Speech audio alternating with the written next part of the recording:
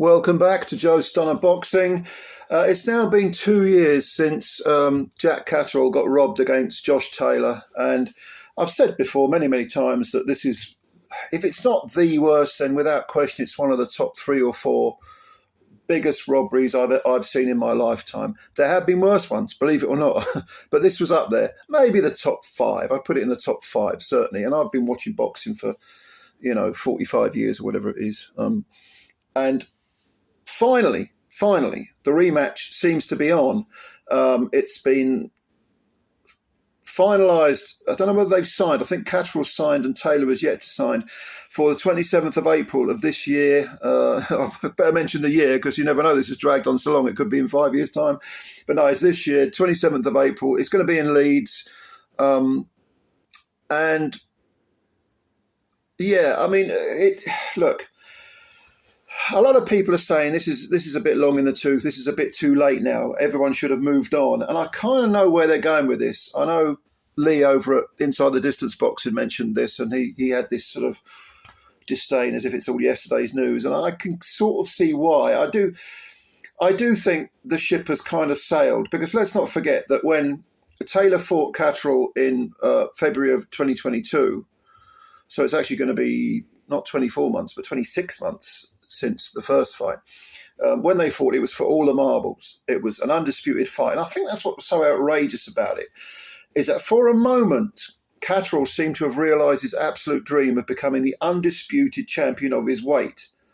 And before that fight, I mean, I had massive respect for Taylor, absolutely massive respect for what he'd achieved. I thought he'd proved himself to be the best 140 pounder in the world.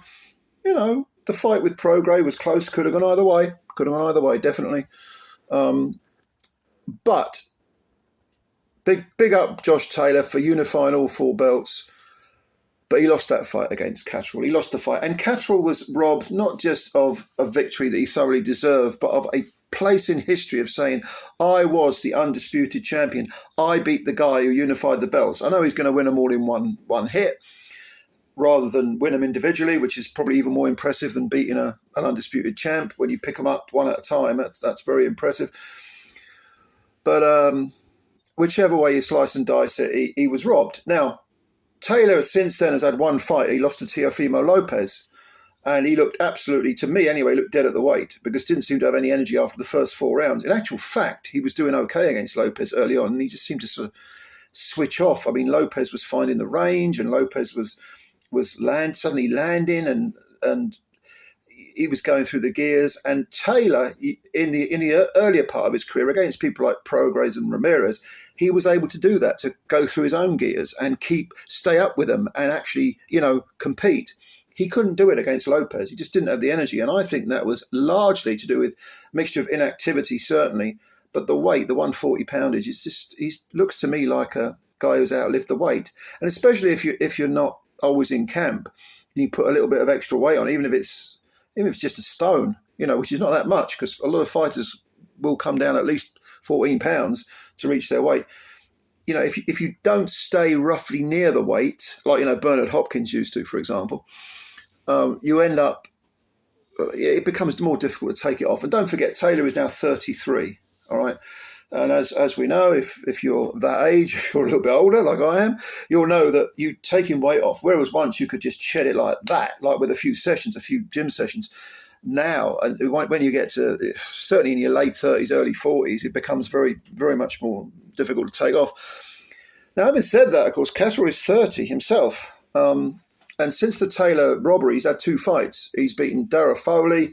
That was in May of 2023, and then later on in the same year, last year, October time, he beat Jorge Linares. Both of those were decisions. 10 round decisions? Yeah, they were both 10-round decisions. That's right. Now Linares, that was his last fight. He'd lost his last 3. He retired after the Catterall fight, and he won maybe 3 rounds against Catterall, but the Jorge Linares that we remember as being a great fighter, actually a 3-weight world champ, and he unified ruler at lightweight. He's up at 140 in his late 30s, picking up paychecks, and he retired after the Catterall fight. The Foley fight, Foley came in with 22 wins for or 4 losses and 1 draw, I think it was. And I think he lost most of the rounds. He might have won 1 or 2. I can't remember the scorecards, but nevertheless, Catterall seems to have sort of trodden water, almost waiting for that rematch with Taylor. And now that he's got it, there isn't even a belt on the line. Whereas the first fight was for all 4 belts. This, Taylor's lost to Lopez. Now, what does Catterall get out of this then? Well, I suppose he gets the chance to prove that the first fight wasn't a fluke. Taylor is, after all, a former undisputed champ, so a win over him would be great. I'm not convinced Taylor's really that interested in being a boxer anymore. I think he reached the summit, and where a lot of fighters talk about reaching the top, the very, very top. Richie Woodall talked about this. He said, once I got that WBC super middleweight title, I'd done it. I didn't really need to keep doing it. I didn't feel the need. Some fighters do. Some fighters, that's like, they've got to compete. They've got to carry on. Marvin Hagler was like that. One of my favourite fighters, Marvin Hagler.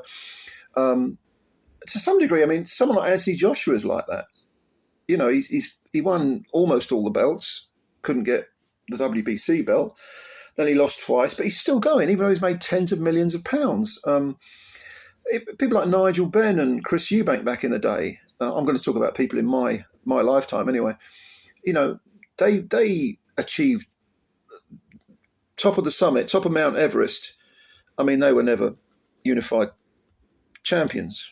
And the only chance either of them had to be a unified champion was when they fought each other in their rematch. And that was a draw.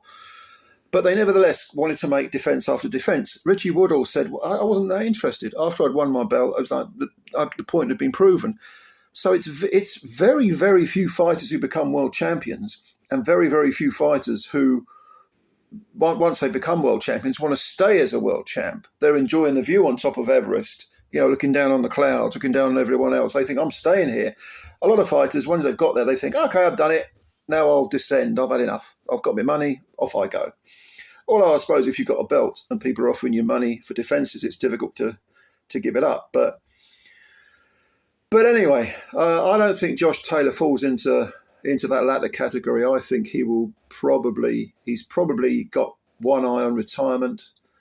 I know he got married and he's got other things in his life, and that's fine. That's absolutely fine. Josh Taylor has nothing to prove except maybe against Jack Catterall.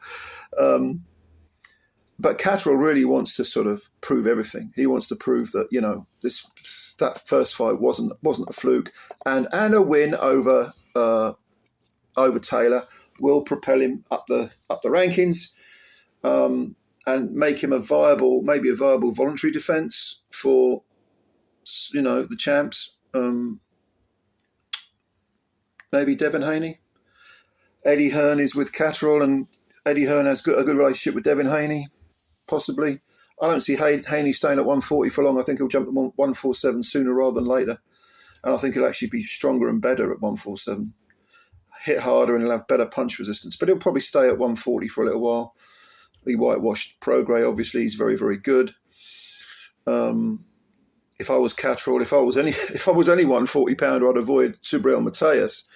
Haney would take him on. Haney with his skills might even beat him.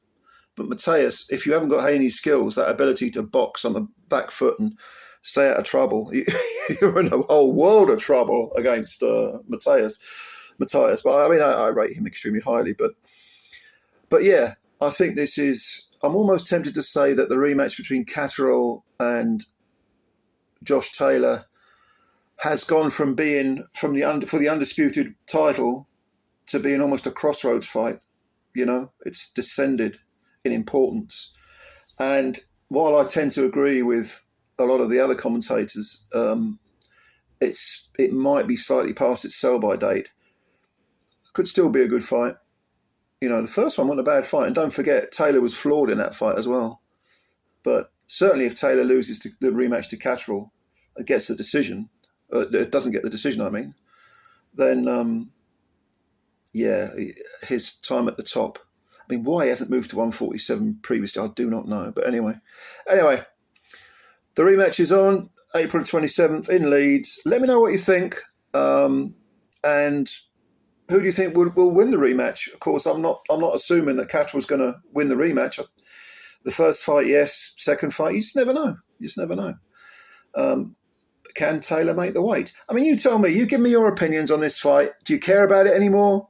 And if you don't think they should fight each other, who else do you think they should fight? Let me know. Let me know. I'm interested to know.